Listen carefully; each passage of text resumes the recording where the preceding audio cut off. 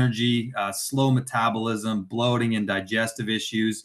Relatively even split. Actually, cravings was the highest one, and there's definitely some genetic considerations with that. So 23% of you said that, 17% low energy, 11% slow metabolism, and then a full 19% bloating and digestive issues. I also recommend you guys check out some of the other webinars that we've done on things like gut health, things like detoxification. All of these things are of relevance for those particular topics. So make sure you go peruse our YouTube and check them out. The second question is, do you think that your genes affect hunger and cravings? And y'all know us. About 60% of you said yes. 31% said maybe, 3% not really, and 6% said not sure. So we did go into that quite a bit in the first one, and we're going to reiterate that tonight as well, some of the genetic considerations there.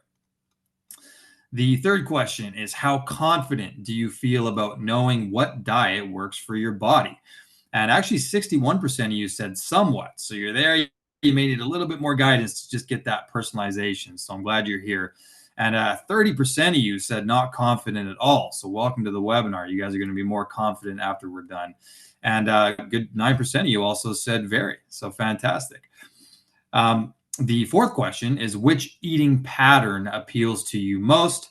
And yeah, the Mediterranean diet's pretty popular, it looks like. We went into that pretty deep on the first one as well. We touched on all these different diets, but 38% of you said Mediterranean diet, 28% of you said high protein, only 5% said low carb, 20% said plant focused, and 9% said you have no idea. I'm actually surprised that the low carb community is a little lower on tonight's call, Dr. Steph. We'll go through all of those, guys. We'll go through all of those. Yeah. The last question that we asked is, if you could optimize only one thing in 2026, what would it be? And wow, a lot of you are after anti-inflammatory diets. So 38% of you said inflammation. The next runner-up is just weight management. 25% of you were talking about weight. And then 19% of you said energy, 16% digestion, and only 3% said mood. I think mood is one of those things that elevates when all the other things kind of get into alignment as well. So sometimes it's funny when I'm with a client, it's like we end up finding all these new benefits, but that wasn't even our goal, right? We pull a number of things into alignment and they're like, oh, energy is better, libido is better, mood is better. So yeah, this is that alignment process, and this is what we're after tonight. I love it. I love it. So when we look at what we covered in the first session, we talked about that there are 5 real eating patterns that we have highlighted. So I like to tell you what we're going to tell you. Then we tell you, then we're going to tell you what we told you and answer your questions. So the 5 types are the carb sensitive type, the fat sensitive type, the stress eater pattern, the circadian mismatch, and the low nutrition type. Now, let me go through those again. And I'm going to ask you to type in what you think you are, or what you think from the title, it sounds the closest. The carb sensitive type, the fat sensitive type, number 3, stress eater pattern, number 4, circadian mismatch, and number 5, low nutrition type. So of that, if you hear those, what is your gut reaction to the first one? Kathleen says she's a stress eater. What about anybody else? What do you think you are just from hearing about it? Carb sensitive to Nicole. Gil says carb sensitive. Test fat and carb. Circadian, it's Versui says circadian. Mary says circadian. Anita says circadian. We've got a whole bunch of circadians. A lot of carbs. Yep. I'm a carb sensitive type. Yeah. Okay. Well, now that you've got a little bit of an idea of what you think you are, Justin and I are going to go back and go through kind of what these are. Now, we touched on the first 2. Justin, I'm going to let you kick off if you want to with the carb sensitive type. And let's just do a quick review of some of the genes we touched about and what we think we are. And I actually really love that Edie just says, I think I'm a combo, maybe circadian and low nutrition. A lot of us are combos. Love it. Okay. That's just it. Yeah, you can definitely be more than one. And I think that especially if you are the stress eater type or you have the circadian type, that can also translate to the sensitivities of the other types, right? So if you're a stress eater and you also have, a suboptimal circadian clock, that can make it more difficult for glucose management and things to where you are more carb sensitive and not necessarily just because of the carbs. But when it comes to these carb types, there are a few genes that are very important that are a little bit more zoomed in. So definitely the TCF7L2, the insulin response gene, that's very important. When that's suboptimal, it means that you have a 1.5 greater times insulin response when you take in some carbohydrates, especially if it's that more higher glycemic carbohydrates, right? Your processed carbohydrates, really starchy, heavy carbohydrates. And then we also look at things like FTO. Now, FTO is basically a gut brain axis gene, right? It has to do with a signal that gets sent from your gut to your brain when you start chewing down food. For some people, that's more dysregulated to where it doesn't hit your brain in time. And by the time it actually hits your brain, you've already gone back and had second or third servings. And if that food happens to consist of starches, there's a gene called AMY. That's a salivary amylase gene, and that's basically just a baseline capacity for you to actually metabolize starches. And a lot of people have suboptimal TCF7L2, suboptimal FTO, and suboptimal AMY1. And if you are that person, gosh, you are going to be carbohydrate sensitive unless you're a really high performing athlete and you're just burning glucose to a point where you can still take in a fair amount of them. But at a baseline, you're not going to be metabolizing, especially starch based carbohydrates, very well. And you are going to be that carb sensitive type. Um, Now, so before you go on, go so ahead. as a pharmacist and as a nutritionist, I like to pretend you know nothing. So we're going to start with, we know that there are fats, there are carbs, and there are protein. Carbs, when I talk to a lot of people, especially as a pharmacist, and I'm giving an antibiotic, or someone says they're chronically sick, I said, remember, you can't kill bugs and feed them at the same time. You've got to eliminate sugars from your diet. They say, I don't have any sugars. I say, great. Tell me what you had for breakfast. Well, I had a bagel and cream cheese. I said, well, a bagel is a wheat product. Wheat is a grain. Grain is a starch. Starch is a carb. And a starch is a string of sugars, mono and disaccharides. So you've got single sugars and double sugars. So if you are talking carbs, we have simple carbs like sugar. And do you know sugar has over 200 different names? Everything from sucrose to sucralose to glucose. You hear the OSE at the end, always the O's, but modified food starch is a sugar. There are so many names for sugar, agave nectar, that you don't even realize that sometimes the ingredients and packages have 2 or 3 different kinds of sugar, but they're all labeled differently. So carbohydrates are starches and sugars.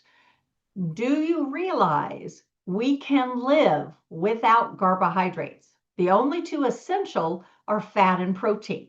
So most of us will have 200 or 300 grams of carbs daily, and we wonder why we can't lose weight. A great way to track this is with an app called Chronometer. Chronometer. Why do I like Chronometer?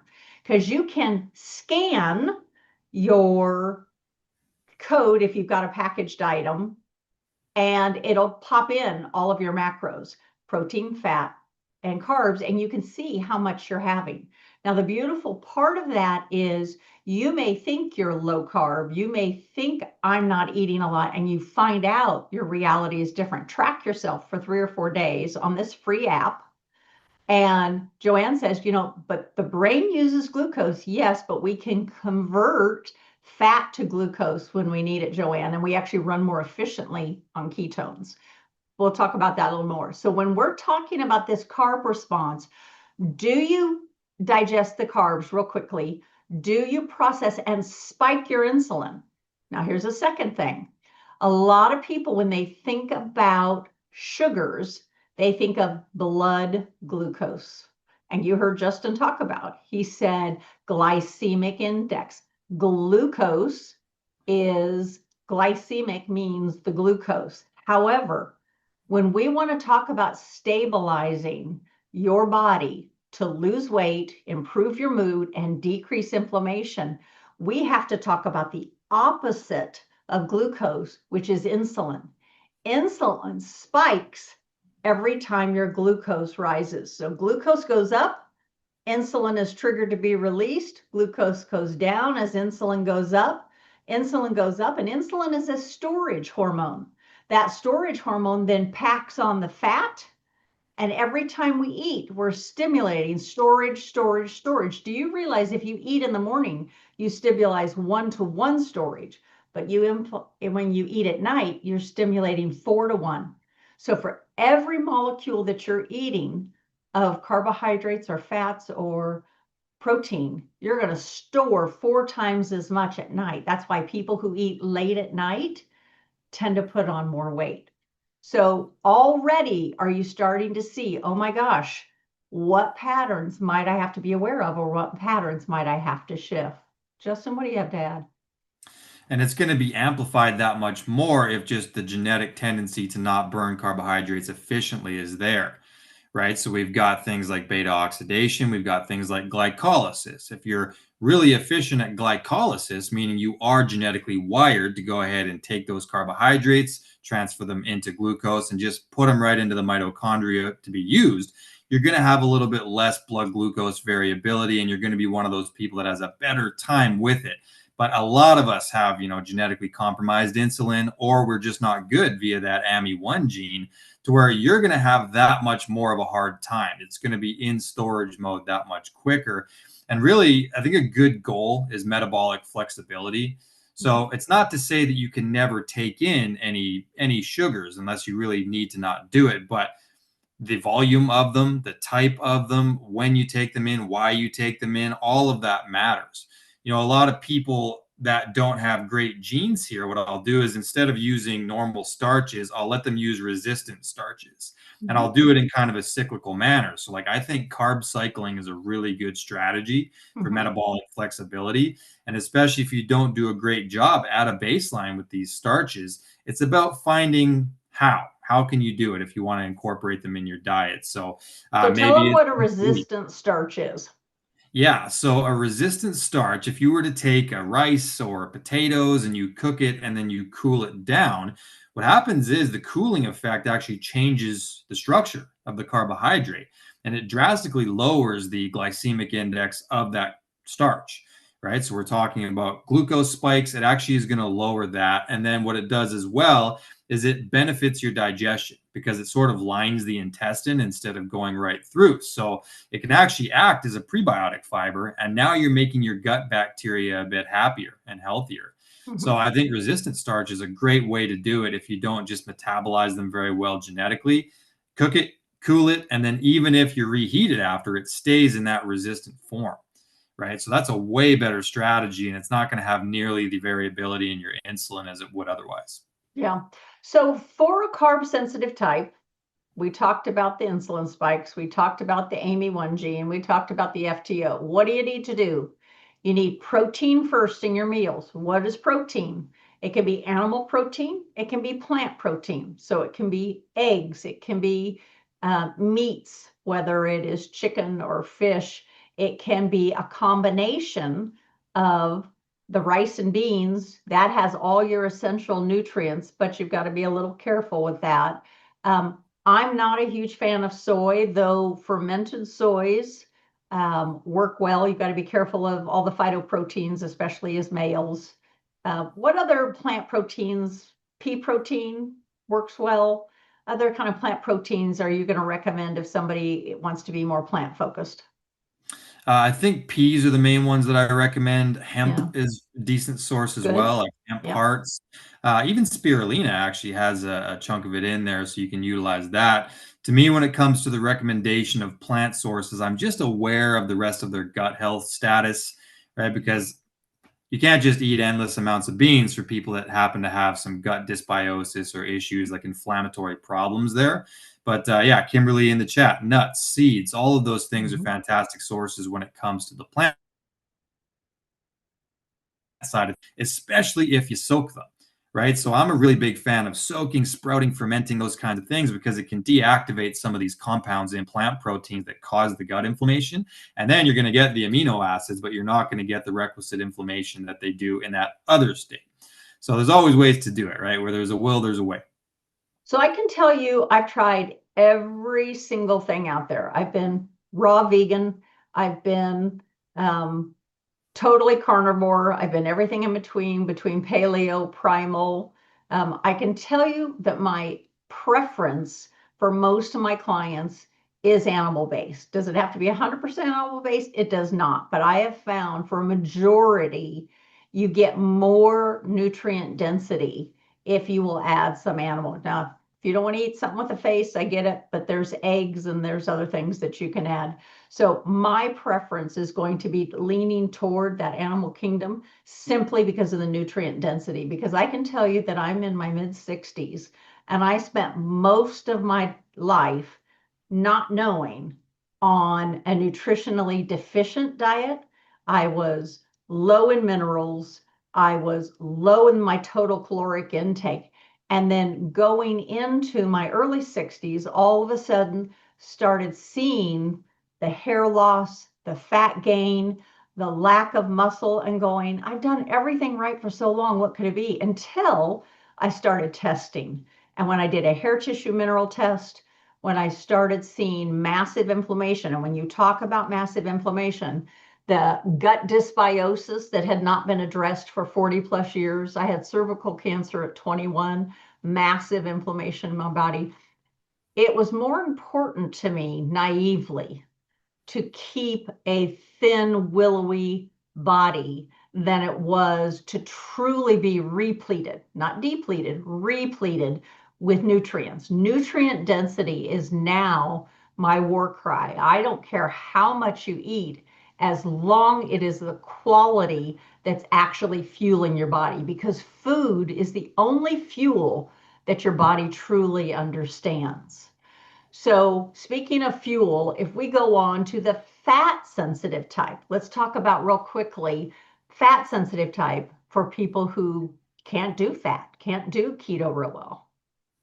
Yeah, and that does exist, right? I was one of these people that said, when I first started dabbling in low carb, high fat diets, it just made sense that I was like, okay, this is what people are supposed to eat. Now, where I'm at, I go, okay, well, some people are supposed to eat that way, but not necessarily everyone, because some people at a baseline don't metabolize fatty acids very well.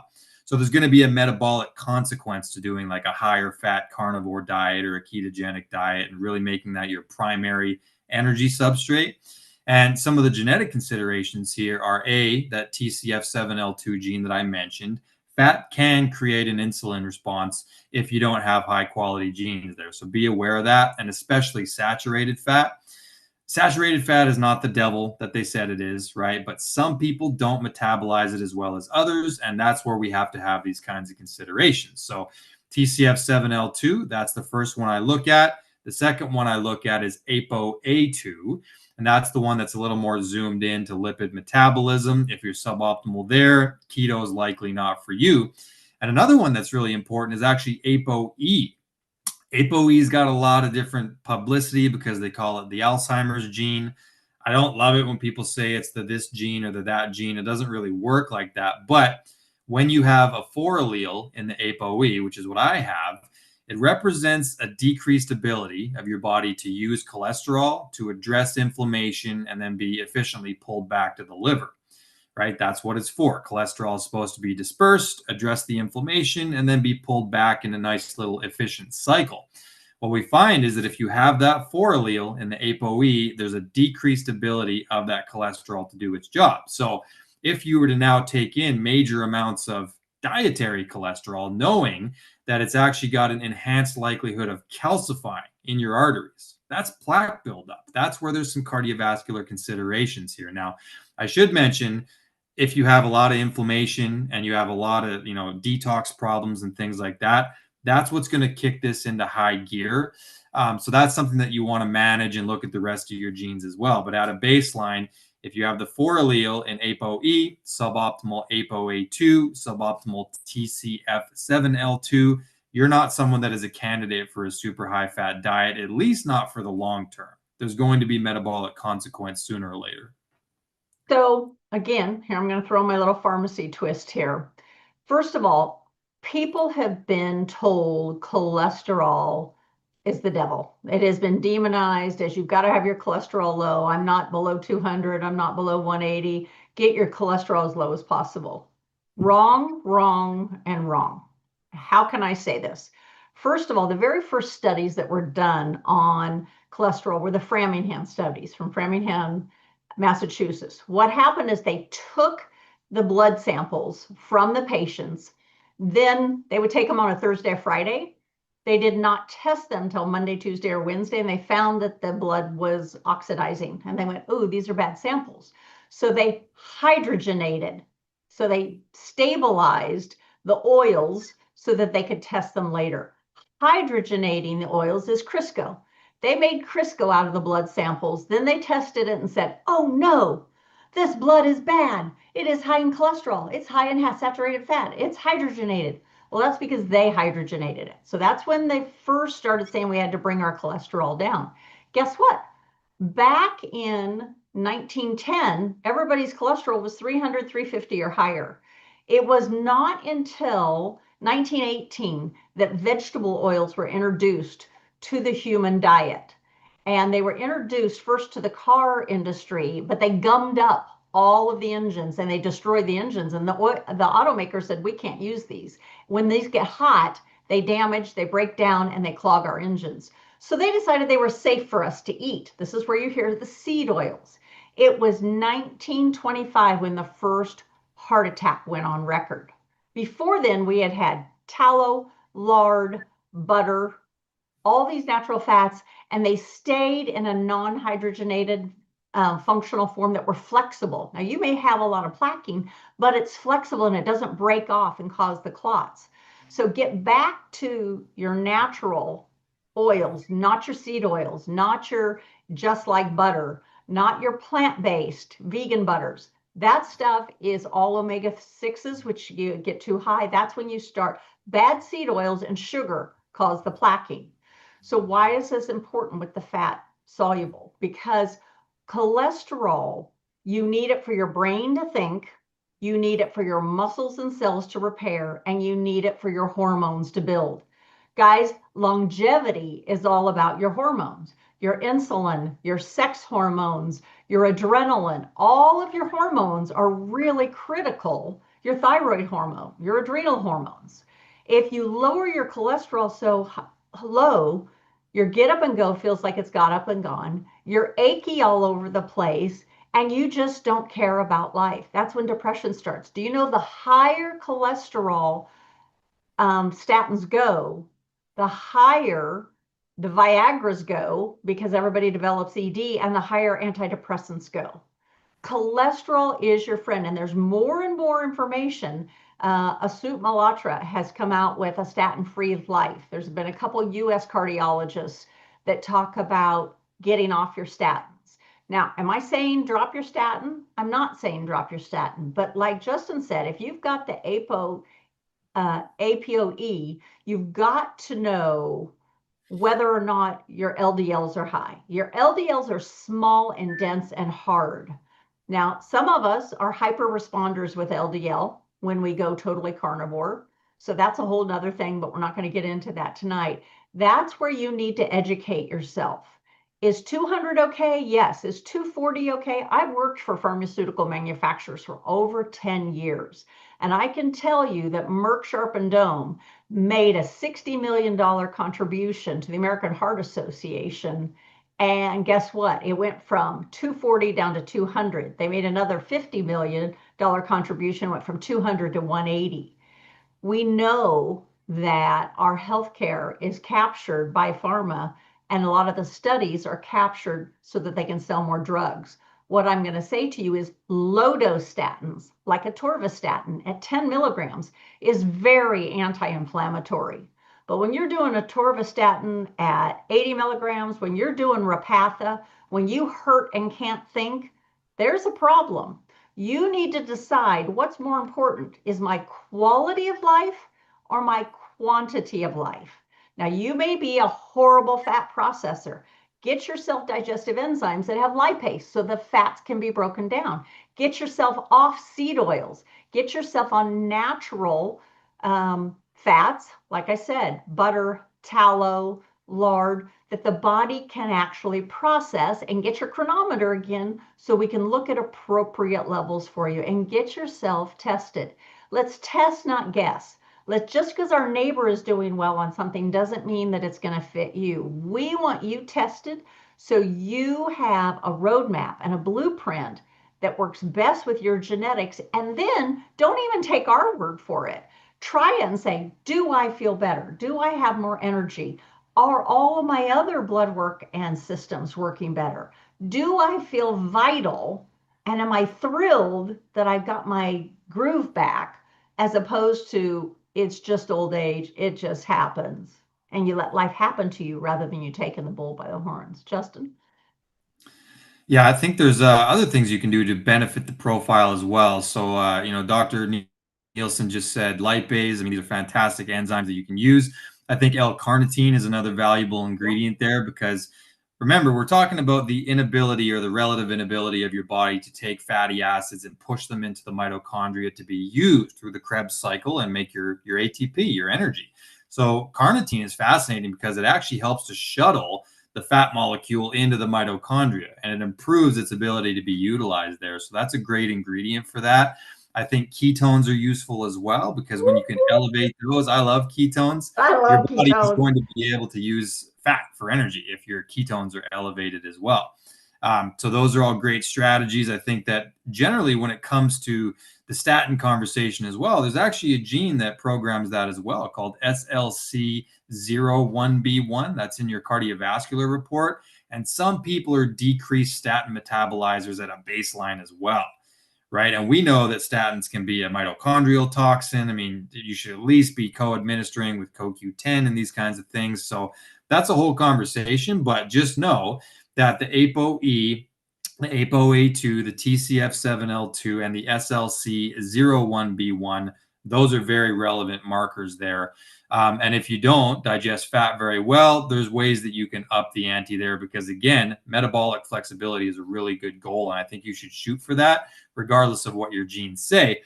If your genes say this, though, that means that there's more work that needs to be done for your body and your mitochondria to understand how to use fatty acids. Real animal fats coupled with high quality Mediterranean fats, right? Avocados and olive oils, and get some omega-3s in there as well. That's what's going to keep your inflammatory profile in check. So there's still ways to do it, right? Again, where there's a will, there's a way. So with omega-3s, you want an omega-3 that can be a fish oil or it can be an algae oil, because guess what? It's not actually the omega-3, it's the polyphenol that it gets wrapped in that actually takes it in your cells. So I'm going to ask you, I told you this was going to be interactive. I'm going to ask you another question. Metabolic flexibility.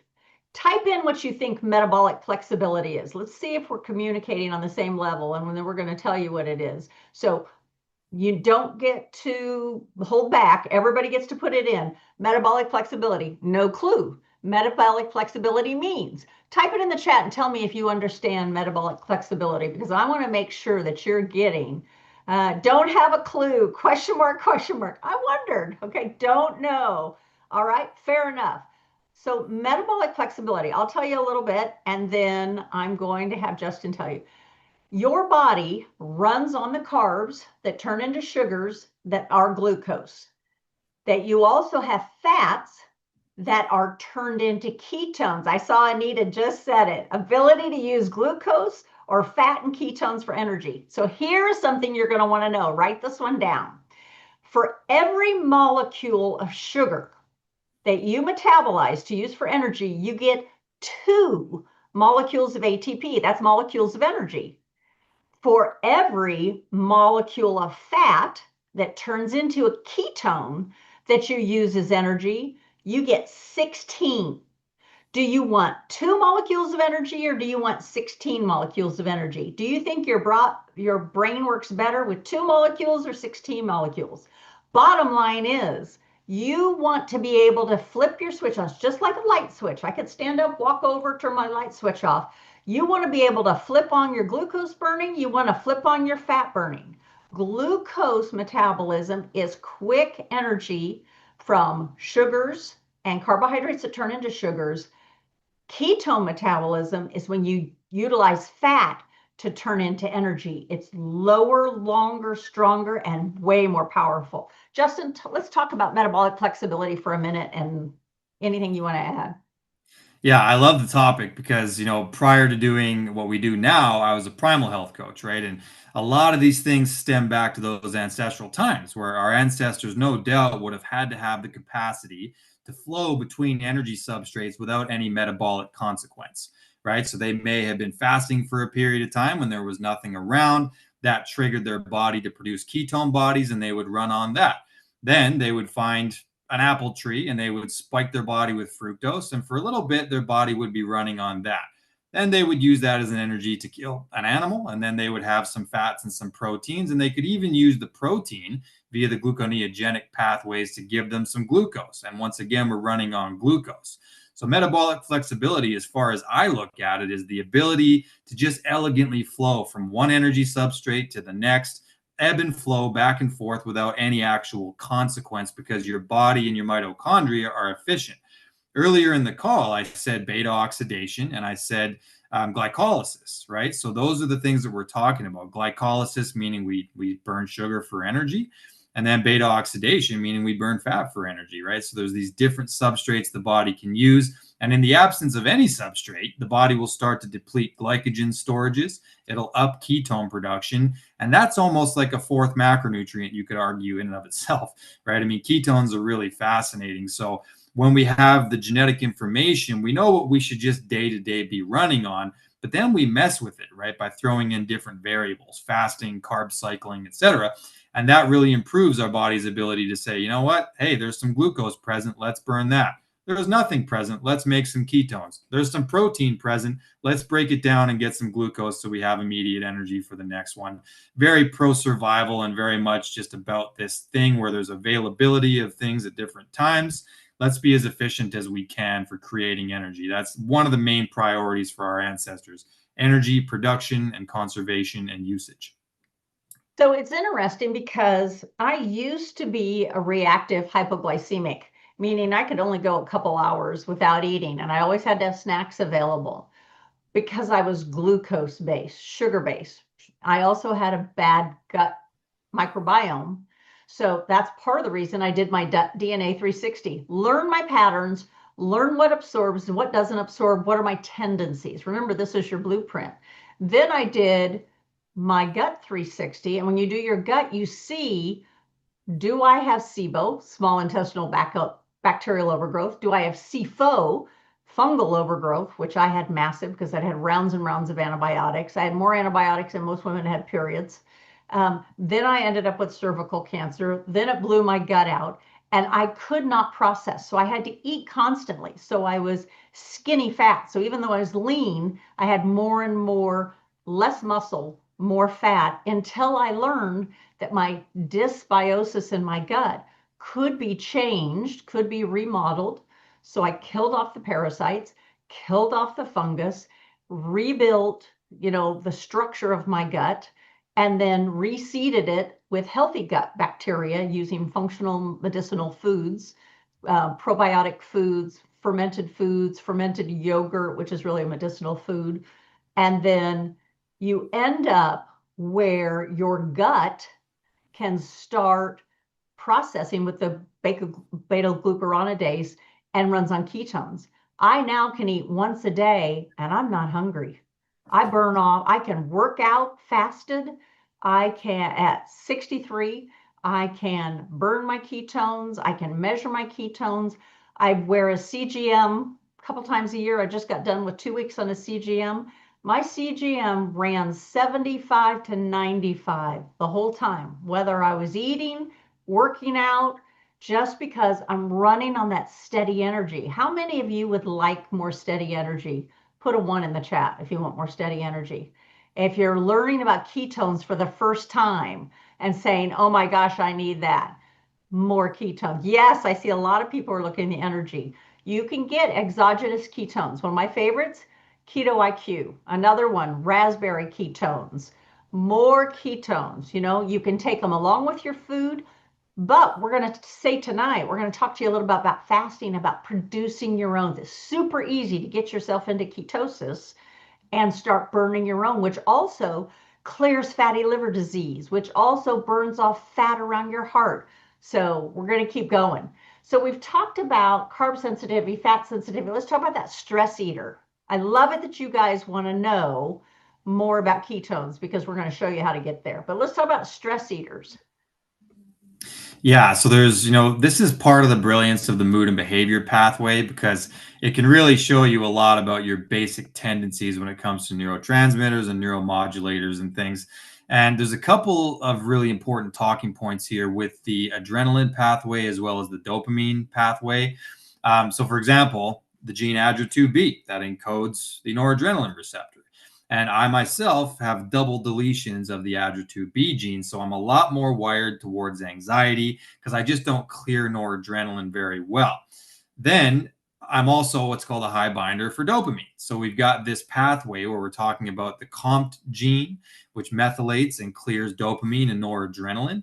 And then we've also got this dopamine receptor called DRD2. Now, if you're a high binder of dopamine, it means that you get that pleasure and reward response really intensely, right? So when you feel that hit, which food is highly dopaminergic, especially the really calorie dense food, you're someone who's going to get that dopamine hit, right? And you're going to get it pretty intensely.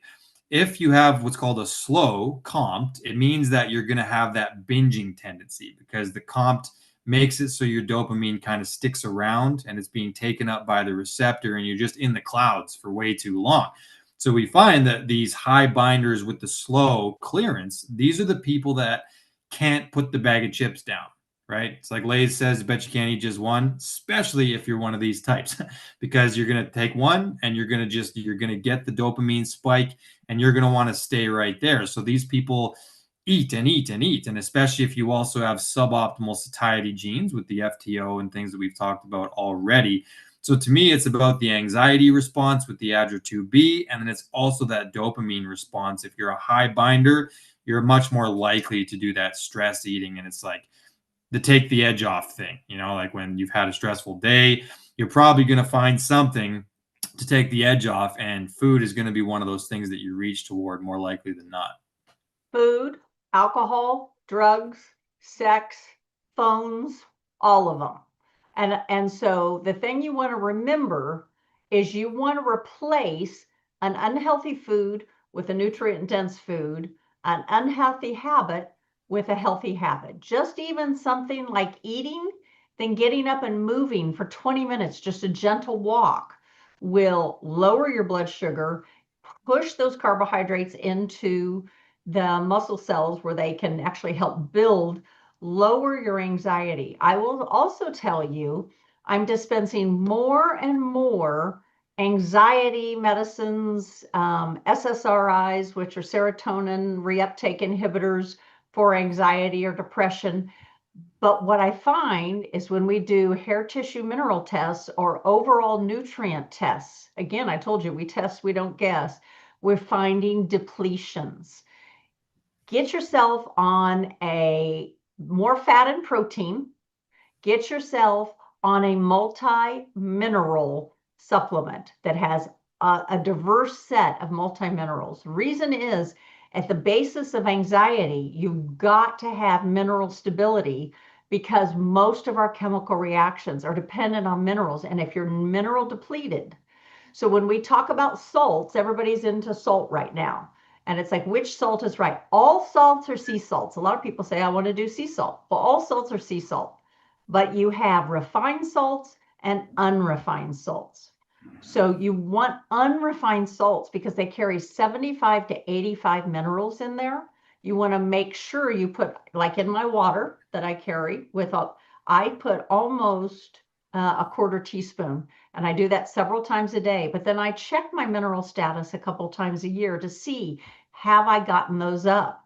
And the thing that you will find is Magnesium is used in over 300 chemical processes in your body. And yet, if you get a magnesium blood test, it'll say you're fine. Why? It's an intercellular mineral. And so the blood sugars or the blood level stays steady because it's always pulling it out of the cells where we need it to keep it even in the blood, but we need it intracellularly. And most of your providers are not checking intercellular connection. So up your magnesium. You don't necessarily have to up your sodium because we get a lot of sodium, but do you know sodium and chloride are vital for thyroid? Just like estrogen touches every part of the body, and I happen to be an autoimmune and hormone specialist, so iodine touches every part of the body. Your brain has iodine receptors, your throat has iodine receptors, your breasts have iodine receptors, your ovaries, your testes. So we've got to up all of these minerals and these base elements because most of us are running on empty. Why? Not because we're not eating, we're overfed, but undernourished.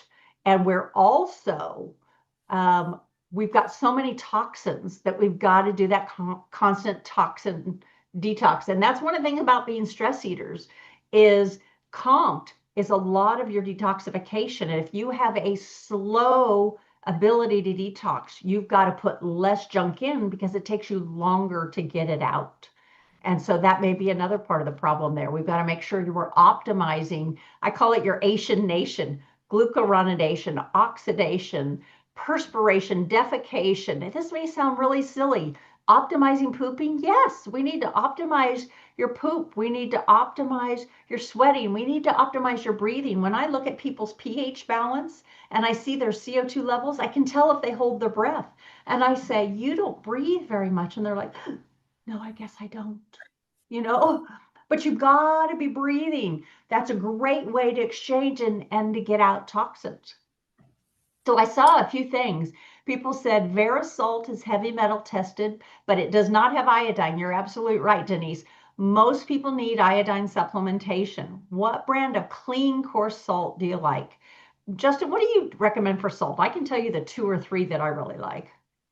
Yeah, so I cycle with different ones. I use Redmond because that one's nice and it's granulated, so it doesn't have the Mhm. bigger thick ones. And so Mhm. for my water, I use Redmond, and then I also like Celtic, and there's another one called Colima, right from Colima, Mexico, and it's an Aztec salt, satellite protected area. Those are the 3 that I typically use. Which ones do you like?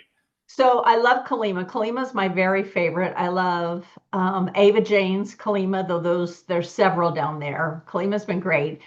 Laren is right. Redmond's is tested with arsenic and problem. None of the unrefined sea salts have iodine. You've got to use extra iodine. I use Lugol's for my iodine.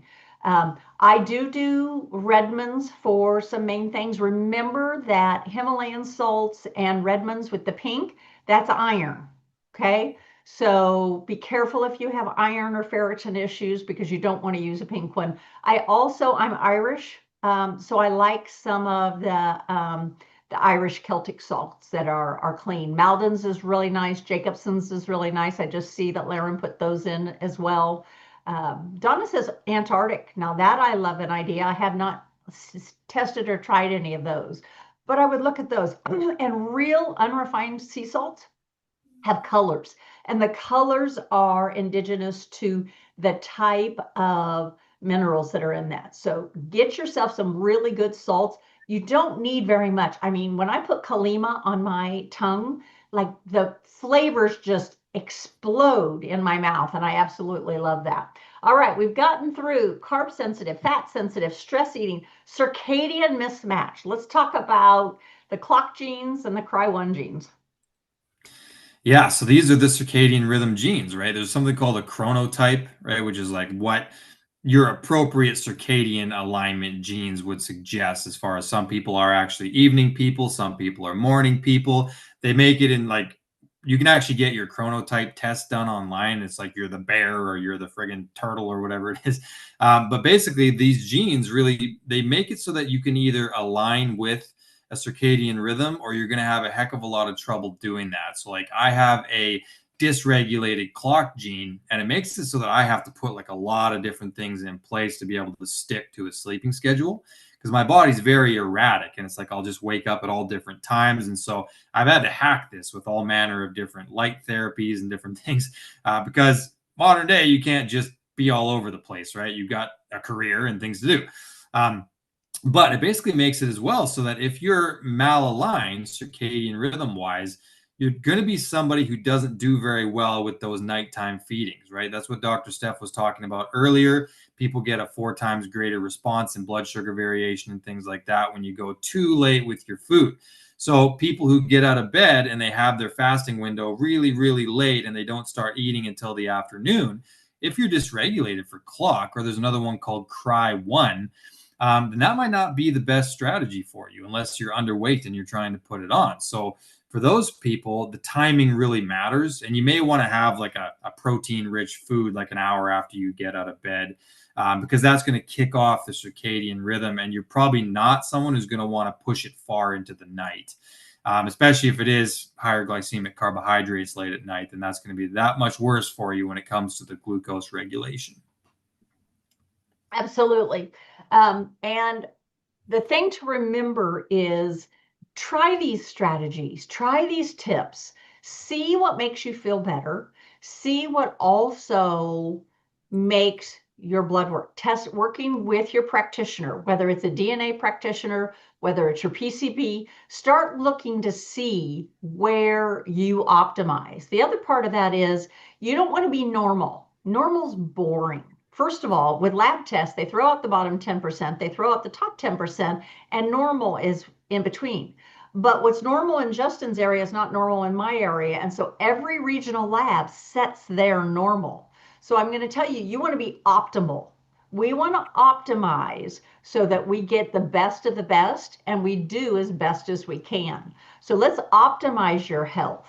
So the last thing we're going to talk about as far as these 5 types, because we've got to get into our fasting too, because I see once again we're running short on time, is our low nutrient type. Now, I was definitely a carb sensitive. I am super carb sensitive. I can look at a donut and put on 5 pounds.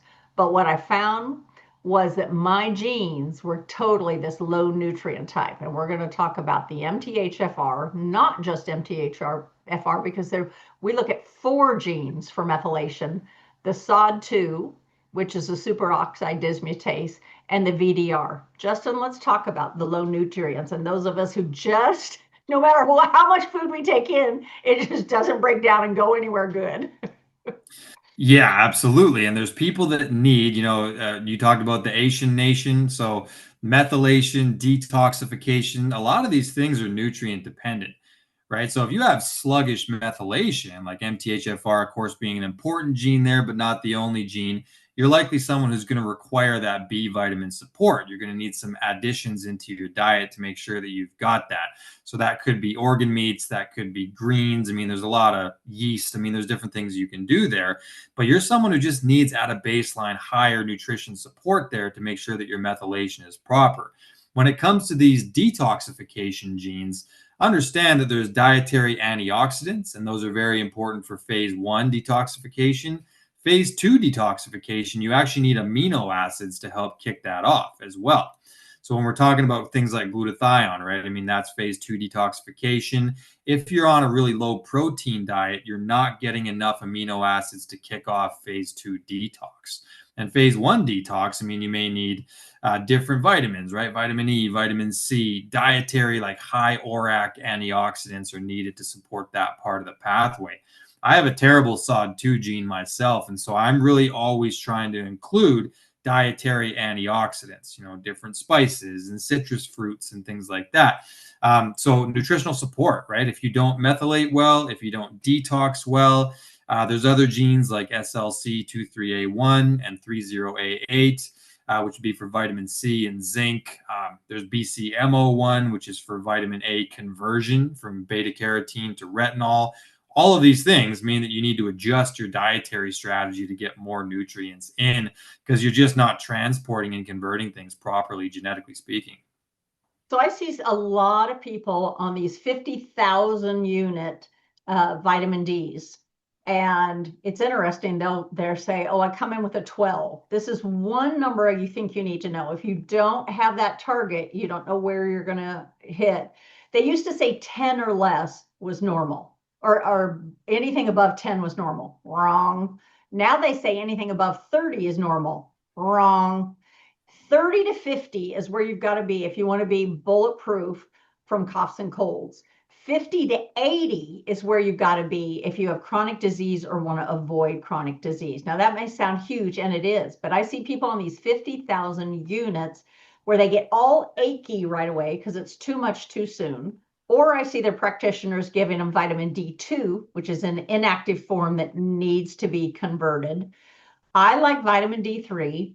I like 5,000 units. I like it daily. I believe in that consistency. Vitamin D is a fat soluble vitamin, and you want it to get it into your system on a regular basis. However, if you have problems absorbing vitamin D, sometimes you've got to split it into smaller, maybe 2,000, and take it twice a day. So some of us don't get enough response from our skin. Some of us don't convert it. And Denise just pointed out, make sure you're taking K2 with your vitamin D3. And why? Vitamin D3 is going to release calcium. Free calcium, if you've got those bad seed oils, is going to bind and turn into a small, compact, hard calcification. You can calcify in your thyroid, you can calcify in your arteries, you can calcify in your ovaries. You don't want calcifications in your body except in your bones. K2 will grab that extra calcium and force it into your bones to reinforce bones. It has been shown to reverse osteoporosis. Now, here's another tip. Most of the time, you'll see 180 maybe micrograms. The latest study shows that you may have to get into milligrams. I am now taking a 45 milligram K2 that was done with a Japanese study that showed in 18 months to reverse osteoporosis. I can also tell you that I have a 72-year-old client who has had osteoporosis for the last 10 years. We took her off her calcium, right-sized her D, upped all of her macro minerals and her micro minerals, and she just got her DEXA scan, and she is out of osteoporosis and back into osteopenia after 10 years of osteoporosis. Denise, go to Life Extension and look up their Mega K2 if you want to know about that, because that really is, yes, it's 45 grams. It's milligrams of, and it is a really big study. It's new emerging science, but here at the DNA company, we are cutting edge. That's why we want to get you tested. Get your DNA 360, get your gut microbiome. All these people who can't convert with the beta glucuronidase, you've got gut issues, you've got leaky gut. Do you know the new statistics are that 50% of you out there have SIBO and don't even know it? If you get instant heartburn, if you take a probiotic or a probiotic food and you get some indigestion or a headache or something right away, that's because your what should be sterile small gut now has microbes in it. And with those microbes, you're getting feedback, either methane gas or hydrogen gas. And we've got to get that small intestinal bowel sterile again and keep your microbes down in your full bowel. So with those low nutrient types, super important that you get high antioxidant support, B vitamin support, nutrient repletion. Now, I can tell you we're running a 10% off our Gut 360 right now. So if you've had your DNA 360, it's probably time for you to get your Gut 360. Of course, you get a consult along with that to help personalize. Let me ask you this before we get into fasting. Do you think you're the same type that you thought in the beginning, or has your type changed? Put 1 if you're the same, put 2 if your type has changed now that you've heard about all 5 types. 2, 1, 1, 2, okay? Put a 3 if you think you're a combo. 1 if you stayed the same, 2 if you changed, 3 if you're a combo. There we go. 3, 3, 3, 3, 1, 2, 1, 1, 2, 3. Hey, I think some people got some learning tonight. I think people are really going. So if you thought that was good, now we're going to take it up a level. Look at all these threes, three threes. Okay, so now if you're a 3 and you can see yourself in one more thing, we're going to push you to the next level, and that's fasting. Justin, let's talk about why fasting is important and what it can do for our metabolic switching and what it can do for all of these nutrition types and how they can optimize their health. Yeah, I mean, what a great tool for metabolic flexibility, I think that it's important to understand the ancestral mechanism because through all of human history, we ate and we didn't eat, right? So that's what created this metabolic flexibility and the ability to just switch between the fuel substrates, like I mentioned. I think fasting kind of gives you a lot of that flexibility there. It is a hormetic stressor, right? So just like exercise or anything else, it can be beneficial in the right dose but harmful in excess. So this is something that you want to personalize. And it's really just a great break from input. I mentioned at the beginning of the call that food is information. I always say sometimes you got to give your body a break from yesterday's information before you pile today's on. And the more that you do the fast, like the longer that you go, different things start to happen, right? So like 0 to 4 hours is phase one, where it's kind of an anabolic growth state where you're using the food that you just ate for energy. Insulin is elevated, glycogen storage, and mTOR is still active, right? So that's this growth pathway. Once you get from 4 to 16 hours, now you're in that catabolic phase, phase two, where you're using your stored nutrients for fuel. So glycogen breakdown begins. And then once glycogen depletes, the body shifts towards fat and ketones. So that mTOR starts to decrease. And when you have lower mTOR, it opens the door to the autophagy pathways. So you get that nice cellular cleanup. Then from 16 to 24 hours, right? So now we're talking a whole day of fasting. That's the primary fat burning stage, right? So fat stores are actively tapped into, ketone production goes up. And then you get this other thing that counteracts mTOR, which is called the AMP kinase pathway. And it's like the gas pedal on autophagy. It's this cellular energy sensor that elevates, and it's got a lot of great cellular cleanup properties to it. Around 24 hours in is when BDNF elevates, and we have a gene associated with that. That's brain-derived neurotrophic factor. So that's where around the 24-hour mark in a fast, a lot of people get that clarity. They feel really good cognitively, and that's because of BDNF. Once you go for the 24 to 74 hours, now we're talking like full ketosis, right? The body is fully switched into fat burning metabolism. The fat cells will start to split and give you that energy release. And you just get stable ketone production and you get pretty deep autophagy at that point. If you go more than 72 hours, that's where the liver reduces IGF-1, which is a growth factor. So in the short term, anyway, that's linked to lower oxidative stress, and it's got some pretty potent anti-aging benefits, possible anti-cancer benefits as well due to the autophagy and the cell cleanup. So that's kind of the timeline with fasting, and whether or not you're ready for that, that's dependent on a few factors, lifestyle, genes, etc. So what we're going to say, those were a lot of big words, and that was a lot of things. So here's what we're going to do. Where do you start with fasting? I will tell you that you start with fasting with a 12-hour window, meaning if you eat your last meal at 6 o'clock at night, you finish at 6, then you will not have anything. No midnight snacks, no hot chocolate before bed, no chips or ice cream just because you feel like having a treat. Nope. You finish the last bite at 6 o'clock. You don't eat till 6 in the next morning. If you don't finish till 7 o'clock, 7 the next morning. You want to go 12 hours. Now, I see that Donna says I can only go 12 hours without food, and then she has a problem where she starts to feel weak or not as good. That's fine, Donna. That means your body has not yet learned to do that metabolic switching. You would be a great candidate for doing some exogenous ketones.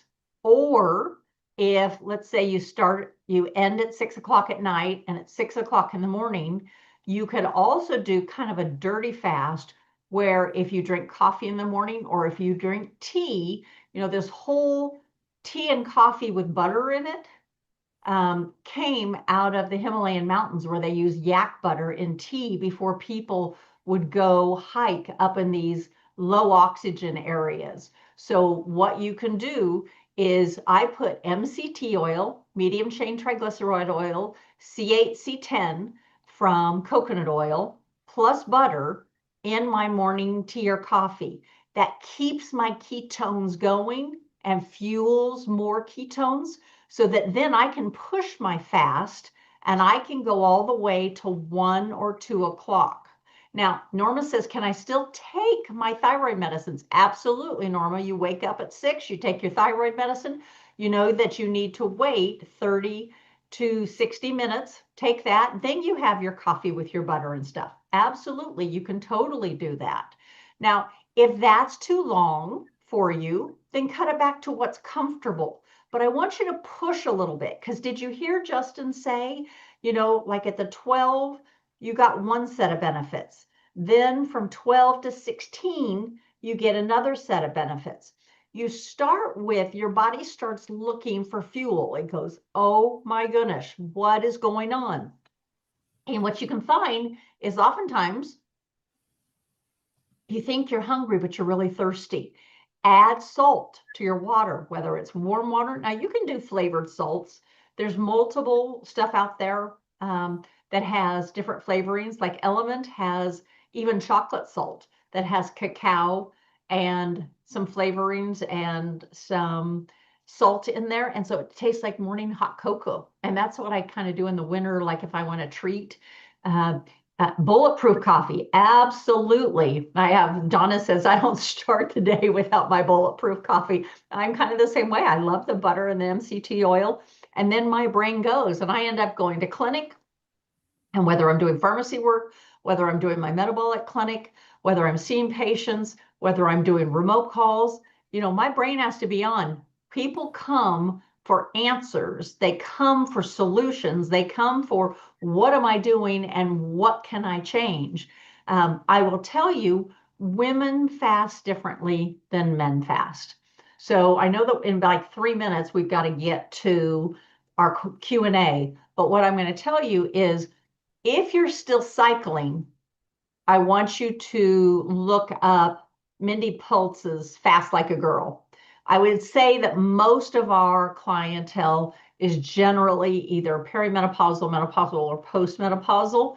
And so most of us are no longer cycling. We still want to have, just like we have moon cycles, like when we were in our reproductive years, we still want to go through fasting and feasting, and we want to nourish our body. So one of the things that I do is I will do 1 36-hour. Now that's not as long as you think it is because you start at night, you fasted all night.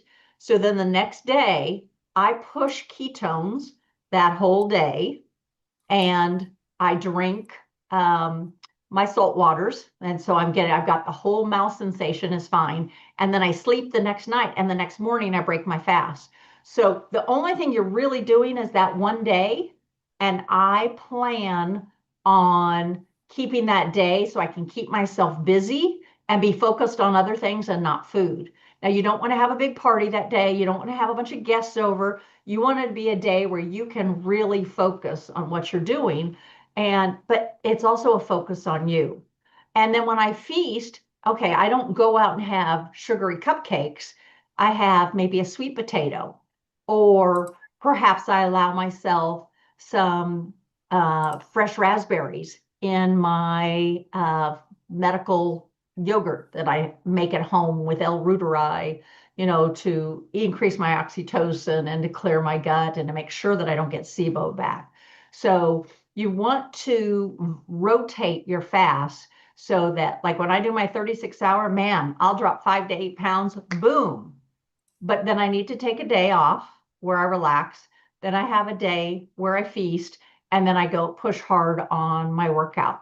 Justin, let's talk about men fasting as opposed to women fasting for a minute, and then let's jump into our questions.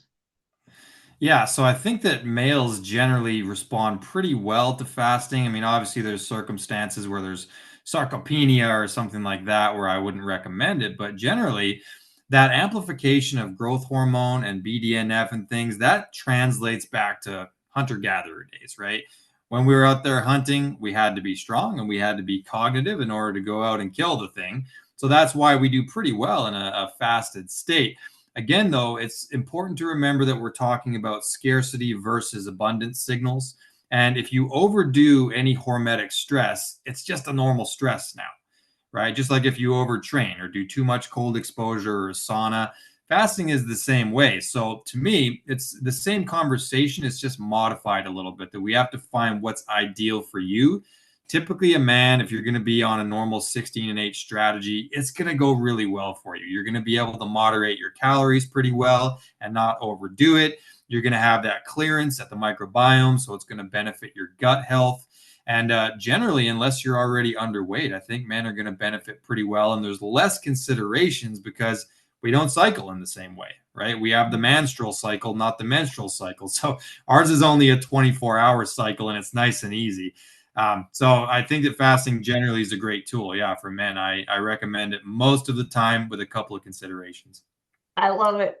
Let's jump in, and we will answer some more fasting questions, but let's jump into the Q&A. I know they closed the Q&A just because there were so many good questions in here, but we will respond to a few more things as soon as we get through with these. So Jason said, my DNA 360 results say Mediterranean nutritional plan with less than 20% because I can't handle the fat. I also have a mutated ABCD1 gene, aka the paroxysmal defect, where very long fatty chain acids build up. That's a double whammy. Why not support fat handling versus suppressing it? Won't this create additional issues? Justin, what do you say to that? I would say that, I would want to know about the rest of your profile as well. Like, I would actually say that a coaching session may be in your interest because I would also want to look at that insulin response. I would also want to look at the rest of how your body detoxifies, methylates, etc. Just because you're right, there's paradoxical stuff going on in there. And I know this is a bit of a cop out of an answer, but I would want to know the rest of your genes because that can get pretty complicated. And Dr. Steph is an actual doctor, so let me ask if you have an opinion on that as well. Well, I'm going to offer two things. One, anybody who wants to go over their detox, or Jason, you'd be a great one. I want you to reach out to PC at the DNA company, PC at the DNA company, and you'll get a call to go over some of the things that Justin just talked about. I'm going to say that there's two other things. I want to look at your microbiome. I want to look at your gut, because if your gut can handle it, then you could actually handle it. Or do we need to add some digestive enzymes? Do we need to add some butyric acid? There are some things that we can tweak. Remember, your DNA is only a guideline. It's a blueprint, but how we tweak it depends on the other things that are working. So I don't think all is lost. I think you've got one set of answers. We need to get another set and we put them together to create the right plan for you. But I think that that's a great, I'm glad that you looked at that and asked that question. So let's see. Sandra said, can you name the app again? There's two apps I want to tell you. Chronometer, Chronometer.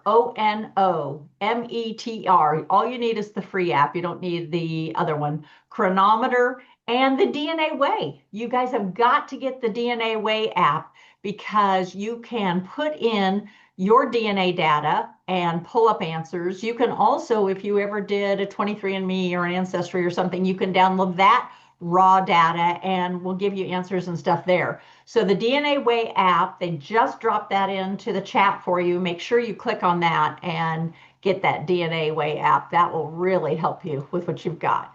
So Marianne says, in the morning, can you add protein to oatmeal or does it need to be isolated protein? I know what I think. Justin, what do you think? So I would say that if you're going to have oatmeal anyways, then adding in protein is just providing that other macronutrient, right? Getting some amino acids in there. I'm not necessarily the biggest fan of oatmeal in general, but I would say that if you get sprouted sources of it, like occasionally I'll have some oatmeal, but I use like a sprouted gluten-free organic oatmeal and it doesn't have some of the phytic acid content. Also, because of the phytic acid content, if you add in a little bit of some of these great sea salts that we talked about, it can help balance out the mineral profile so that you don't end up losing a bunch of your minerals because of the phytates. If you're going to have just carbs on their own in the morning, like just oatmeal, I don't think that it's the greatest call, because your blood sugar is going to go up and it's going to come back down. And next thing you know, you're yawning, and you're not necessarily setting yourself up for prolonged energy that day. Sometimes I'll do some caprylic acid, right? So like the C8 and C10, I'll add those in with the oatmeal, but the amino acids in the protein will kind of prolong the glucose spike a bit there. So again, if oatmeal is the choice, I think that adding protein, adding some high quality fats like MCTs might just benefit you there. What do you think, Dr. Steph? So I can tell you, one, I'm a celiac. Two, I'm an O blood type. And because of that, I am not a grain fan. I would rather substitute seeds. So a flaxseed, a chia seed, a hemp seed, and make a chia pudding than I would oatmeal. I used to live on oatmeal. However, because if you're in the States, glyphosate is such a big issue. Glyphosate, even if you get organic, they may spray it on there because it makes the oatmeal last longer. I don't believe in grains because the grains are so contaminated here and they're genetically modified. Our body doesn't understand genetic modification, and so I am not an oatmeal fan. I too am gluten-free, organic. Loved it. I am a daughter of a farmer. All my grandfather and uncles and all were all farmers. We grew wheat, we grew oats, we grew soybeans. I don't touch any of them now because they destroyed all their guts. And so I would tell you that that would be a big no for me, except as a special treat. If you want Christmas morning oatmeal because it's special for you, then add all the things Justin said, but I am not a regular oatmeal fan. I do understand that the fiber that it gives you may help with regularity. A lot of people use it to lower cholesterol. I'm not a lowering cholesterol kind of girl. I actually want people's cholesterol higher, provided it's the right kind of cholesterol. All right, Jason had another question. My DNA test says eat fatty fish, omega-3s for the DHA and EPA.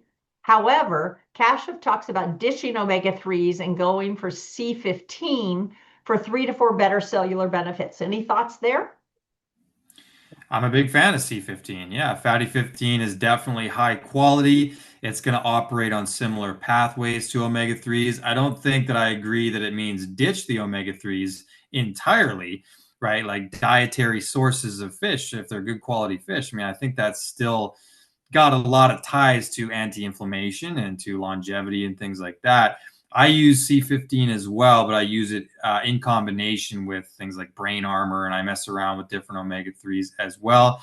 I'm a lot more concerned generally with the omega-3 and 6 ratio in people than I am just intake of omega-3s, right? That balance point matters a lot there. And like Dr. Nielsen was talking about, if we remove the seed oils and the things that are really omega-6 heavy, sometimes you don't have to go crazy with additional omega-3s.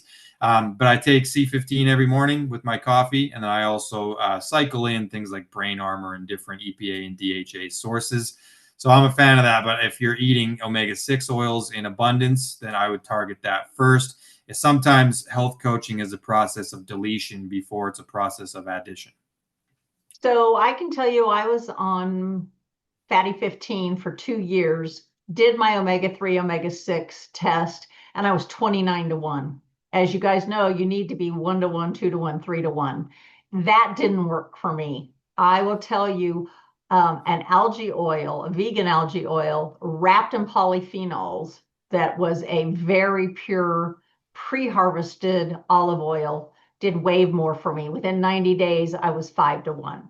So again, test, don't guess. Let's get an omega-3, omega-6 on you, and let's find the one that works best for you. Lynn says, what if APOE4 and 2, but genes now show I metabolize fat optimally, but my lab reports are better with a lower fat diet and I'm more muscular with lower fat? Go with genes or epigenetics? All right, so there's a few things to unpack there, right? Because we're talking about combinations of different genes. There's the ApoE to consider, but then I'm assuming that you're saying you have optimal ApoA2 as well. Um, so what I would say is that moderating the types of fats and making sure that you're prioritizing some of the Mediterranean oils a little bit there. It's also important to note that the 2,4 in ApoE is actually a little bit more favorable than a 3,4 or a 4,4. So the 2 allele in there actually does have some protective capacity to where it's not as problematic. I would suspect that if you're eating a lower fat diet, that means that you're eating a higher carbohydrate diet. And carbohydrates do tend to fill the muscles up, right? So sometimes people are just like most bodybuilders eat the chicken and rice diet. So from a pure hypertrophy and muscle standpoint, sometimes having higher glycogen intake, right? Glycogen storages can make it so that you're more muscular. I would be more concerned about metabolically what's going to give you the best quality of life and longevity. And so I would lean toward kind of Mediterranean fats and a carb cycling approach. Dr. Steph, what do you think about that one? I think that's exactly what I would recommend. That's perfect. Yeah, that's good.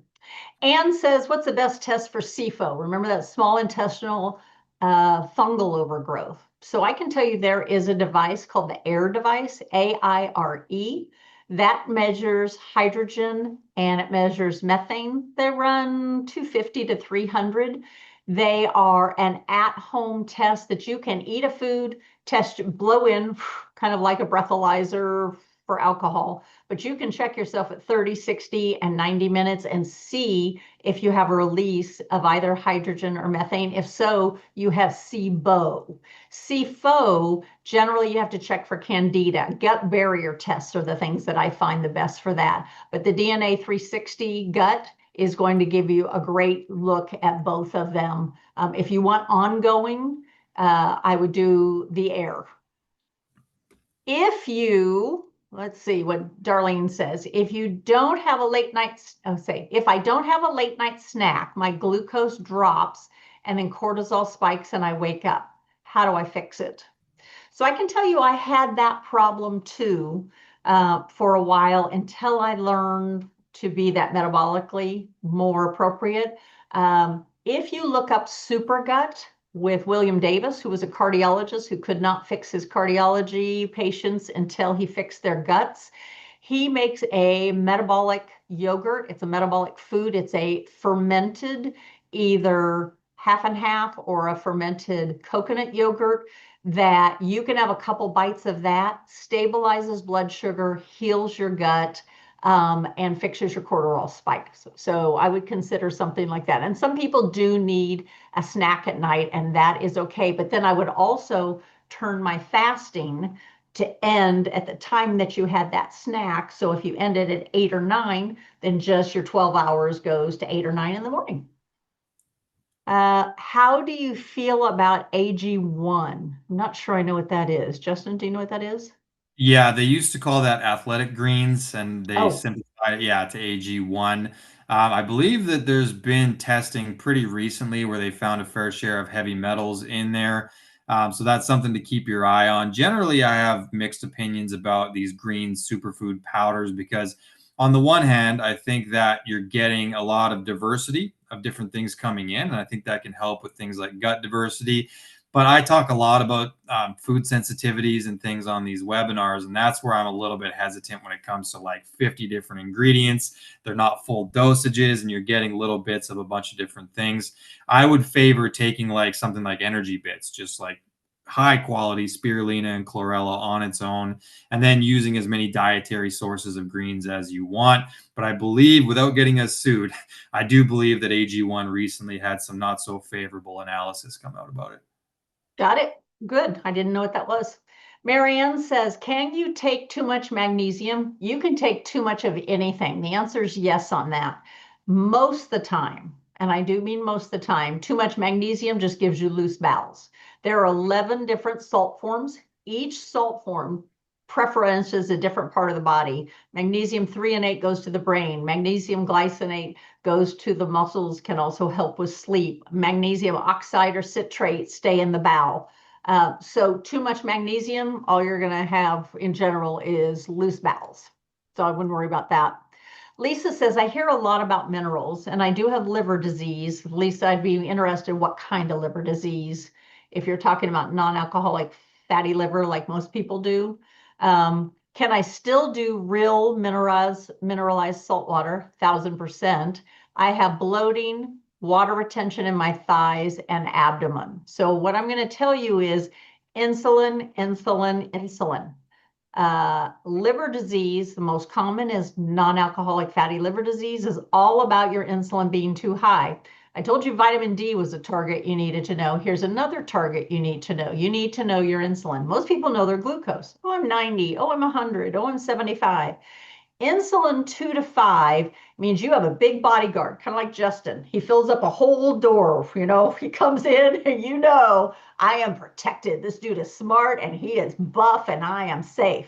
As opposed to if you're 8 to 25 with your insulin, then you've got a bunch of Boy Scouts running around and they're picking daisies. Who do you want? Do you want a Justin or do you want Boy Scouts? You want a Justin. You want your insulin low. If you have non-alcoholic fatty liver disease, I want you to check your insulin level. Ask your prescriber or go on one of the websites where you can order your own test. Check your insulin level, and that will give you an idea of how high your insulin is and how many times your insulin is being stimulated. Then you want to look at using that fasting period. You want to look at going to a lower carbohydrate diet. Use your chronometer. If you're at the 300 club, get down to 200. If you're at the 200 club, get down to 100. If you're at the 100 club, get down to 50. If you're at the 50, get down to 20. Spend your time using those nutrient-dense foods, and your minerals will do a lot better. Get yourself a hair tissue mineral test, and you can specifically tailor minerals for your body and heavy metal detox. So Jen says, why do I get an itchy rash on my legs when I take quality multi-minerals? So let me ask you what you think, Justin, and then I'll tell you what I think. That could be coming from a few things, right? I think if you're histamine sensitive, if there's any kind of mast cell activation that happens from the minerals that you took in, that could be a component there. Sometimes things have other stuff in the capsules as well, cellulose and different things that for some people may have some level of allergy. I would want to know about your detox genes and things once again, and what the actual minerals were that you're taking in, because some of them are absolutely better quality than others. But I would say it may be a histamine response or some sort of allergic response to something that's in there. If it has rice or whatever in the capsule, that could be something to trigger that. What do you think, Dr. Steph? Our skin is a donut. Anything that's happening on the skin is happening in your gut. Minerals can trigger detox responses. The rash you're getting says your gut is detoxifying and it's pushing it out through your skin. Remember, perspiration, defecation, respiration. I'm thinking those quality minerals are so high quality, it's causing you to go into a detox. Less is more. Get yourself in some Epsom salts baths. Get yourself on a detox regimen. I'd rather you use a 16th, and I do have a client that's on a 16th of a teaspoonful. Can't even do half a teaspoon or a teaspoonful. 16th of a teaspoon is all she can handle. She did that for 6 months or so. She finally got herself to an eighth of a teaspoon. I don't care if she's using that little, because that's what her body could handle. Katie was asking, where do you get a hair tissue mineral test? You can look up locally for an HTMA practitioner, or you can write into the DNA company and I perform them, and we can get you one of those tests sent out to you. So, and then interpreted. Jason Worley. Jason, you've asked a couple. I guess everybody else has asked there too. How long do precursor supplements like milk thistle, selenium, ALA, NVA before taking glutathione? I have a GSM1, I have a GSTP1 AG. So how long does one do precursors before you take actual glutathione? Jason, what I would want to know actually is the GSTT one, which I don't see listed there. That's considered kind of the big brother or sister of that glutathione family. And that's what really matters the most for if you can utilize glutathione as a substrate. The precursors you can use if you have suboptimal glutathione pathways, because it doesn't overload the pathway. So if you also have a 1 or a 0 in the GST-T1, that's where you can rely on those precursors for a long period of time.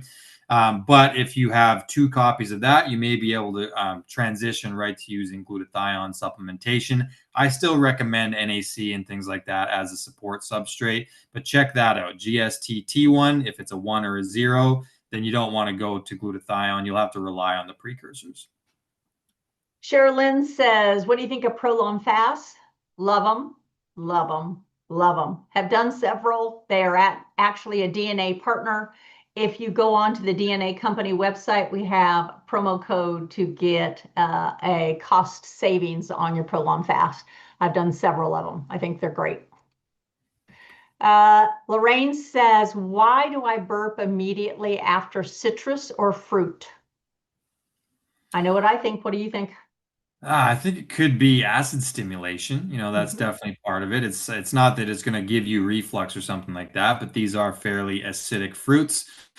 So it could be just that, right? Stomach acid production goes up. That's part of the reason why I drink lemon water and things like that, because I want that prior to meals. But it's not for everybody, right? Some people already have elevated HCl production, and it could be something like that. There's also fructose, glucose, sometimes sorbitol and things like that in there, where there's this rapid fermentation that can go on. So if Which it's is the immediate, SIFO, the small correct. intestinal fungal overgrowth. Yep, Yeah. exactly. So I think it could be both, or it could be one or the other. That's what comes to mind immediately. Mm-hmm. Think of low stomach acid, even though this is acidic, it's triggering your acid because you don't have enough acid. More people have hypochlorhydria than have high acid. They think they have high acid because of the reflux, but I actually think you probably have low acid. And I think it's possible that you have the SIBO or SIFO. I would check into that. Two more questions. Lisa said that she has primary biliary cirrhosis. If you already have cirrhosis, you really need to look at your insulin, just like we were talking about, Lisa. And you need to add artichoke and dandelion, primarily in gentle ways like teas or some other herbs, because you've got to get that biliary going. So you can use tutka, you can use dandelion, you can use artichoke, really help open that up. You want biliary support. And then, Carol, yes, I was saying that the mild eczema that you get is due to gut dysbiosis or gut function. So we happen to have tonight a New-trition combo where you can get the Gut 360, the DNA 360, and get a special discount on that. And all you have to do is put in the New-trition and get 10% off that double whammy. So, guys, we love that you stayed. We love that you answered. We love that you interacted. It is so appreciative that you want great health. It is so great to have such a partner like Justin, who is so knowledgeable, and our back end team, all of our fabulous DNA company angels that make what we do look so easy, and they handle all of your questions while we're doing this. We just get to have fun sharing with you. We get to have fun sharing the things that we've learned, that we've seen, and we just want to share with you. So thanks for being here. Make sure you come back. We appreciate you so much. And if you missed section 1 on this, go back and watch. And I hope that you really, really got a lot out of tonight. God bless you all. Thanks for being here. Thanks, Justin. I appreciate you so much. Thanks to Dr. Nielsen. You're the best. And thanks everybody for showing up. We will see you guys on the next one. Bye bye.